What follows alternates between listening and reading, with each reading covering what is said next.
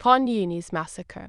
The Khan Yunis massacre took place on 3 November 1956 in the Palestinian town of Khan Yunis and the nearby refugee camp of the same name in the Gaza Strip during the Suez Crisis. According to Benny Morris, during an Israel Defense Forces operation to reopen the Egyptian-blockaded Straits of Tiran, Israeli soldiers shot 200 Palestinians in Khan Yunis and Rafah. According to Noam Chomsky's The Fateful Triangle, citing Donald Neff, 275 Palestinians were killed in a brutal house-to-house search for fedayeen, while a further 111 were reportedly killed in Rafah.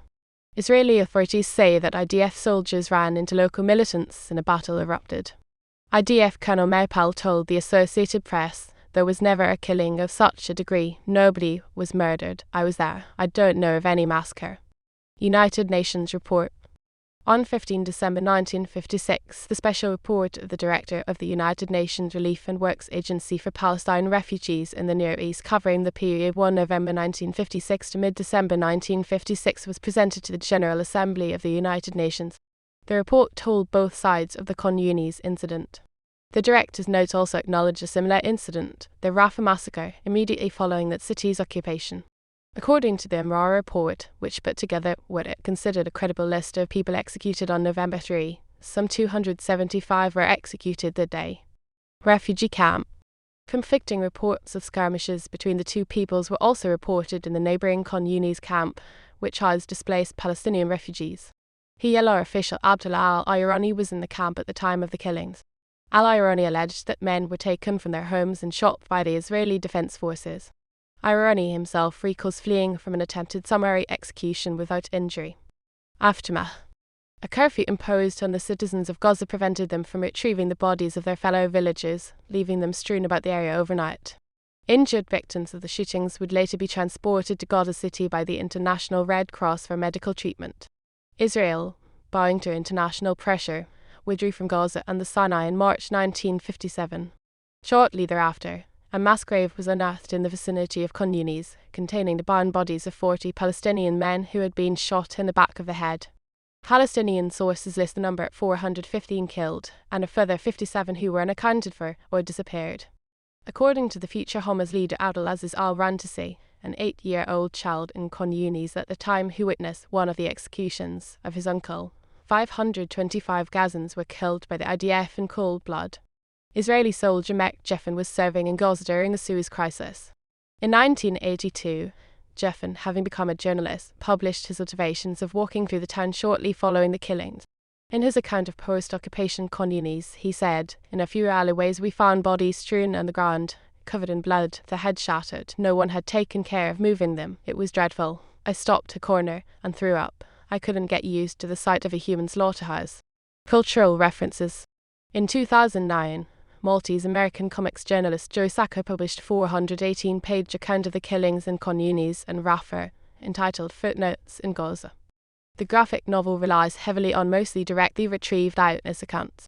Reviewing the work for the New York Times, Alexander Cockburn wrote that he stands alone as a reporter-cartoonist because his ability to tell a story through his art is combined with investigative reporting of the highest quality, and stated that it is difficult to imagine how any other form of journalism could make these events so interesting. Sacco admits he takes sides, writing, "I don't believe in objectivity as it's practiced in American journalism. I'm not anti-Israeli. It's just I very much believe in getting across the Palestinian point of view." Jose Alanes, adjunct associate professor of comparative literature at the University of Washington, said that Sacco uses subtle ways to manipulate the reader to make the Palestinian side seem more victimized and the Israelis more menacing. In 2010, a segment on the Iranian state-run news network Press TV depicted a 54th anniversary memorial service commemorating the killings at the site of one of the mass executions. Story of footnotes in Gaza.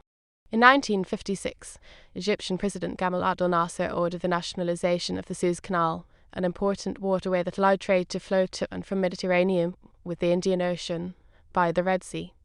In a secret meeting at Suez on October 24, Britain, France and Israel agreed to launch a three-pronged offensive against Egypt. The attack began with an Israeli strike on Egyptian possessions in the Sinai Peninsula on October 29. A day afterwards, Britain and France served an ultimatum on both Israel and Egypt, which was to function as a pretext for the subsequent operation by both powers to intervene and protect the Suez Canal. Both the United States and the Soviet Union demanded on October 30 that hostilities cease and that Israel withdraw its forces back to the armistice line. The day after, French naval forces bombarded Rafah, while the RAF made bombing raids on Egyptian airfields. Israel announced it had conquered Rafah by November 1 and began shelling the Gaza Strip. Given the exercise of their veto rights in the UN Security Council by France and Britain, the two great powers were forced to obtain a resolution to that effect before the General Assembly, which duly passed a ceasefire motion on November 2, the same day that Egypt lost control of the Sinai Peninsula, and incursions into Egyptian-occupied Gaza via the city of Rafah. At the beginning of the day, the IDF broadcast that it knew of the identities of the fedayeen and would punish them for raiding Israel, and that the civilian population would be held collectively responsible for such attacks. As a result, around 1,500 fedayeen fled the Strip with relatives for sanctuary to the West Bank, to Hebron and other places, or by skiffs across to Egypt. After killing or capturing all hostile militants in the latter two population centres, forces from the two ends of the Strip met in Khan Yunis on November 3. As opposed to the swift surrender of Egyptian forces in Gaza, the garrison in Khan Yunis under the command of General Yusuf al-Agrudi put up stiff resistance. Israel replied by bombing raids and artillery shelling on the town, which exacted heavy losses in civilian lives, and troops accompanied by an armoured column took the town on November 3. Men suspected of having borne arms were executed on the spot, in their homes or places of employment, while all males from 15 years to 60 years of age were forced to muster. 2 massacres of civilians then took place. The first occurred when citizens were machine gunned down after being forced to line up against the wall of the Ottoman caravanserai in the city's central square. Local residents claim that the number of Palestinians shot dead in this action amounted to 100, according to oral memories collected by massacre. The other massacre took place in the Khan Yunis refugee camp. Although Israel's purpose was to root out the fedayeen from Gaza, the massacres were largely wrought on civilians. According to Meir Pa'il, the process of identifying fedayeen was inexact, it sufficing to have a picture of Nasser on one's wall to become suspect, or be arrested because one had the similar name to someone on Shin Bet's suspect list. Occasionally, local children were reported to have been used as human shields in areas where snipers were suspected of lying in wait, or where sites might have been booby-trapped. According to one account from a fleeing fedayeen, Sail Shiblak, Israeli forces walked through the town on the morning of 3 November. Forcing men out of their homes or shooting them where they were found. In 2003, Shiblak told Sakra that all the old men, women, and children were removed from his household. Upon their departure, the remaining young men were sprayed with bursts of gunfire by Israeli soldiers. Adult male residents of Chell Street were allegedly lined up and fired upon from fixed positions with Bren light machine guns, firing extraneously to the point that a stench of cordite filled the air.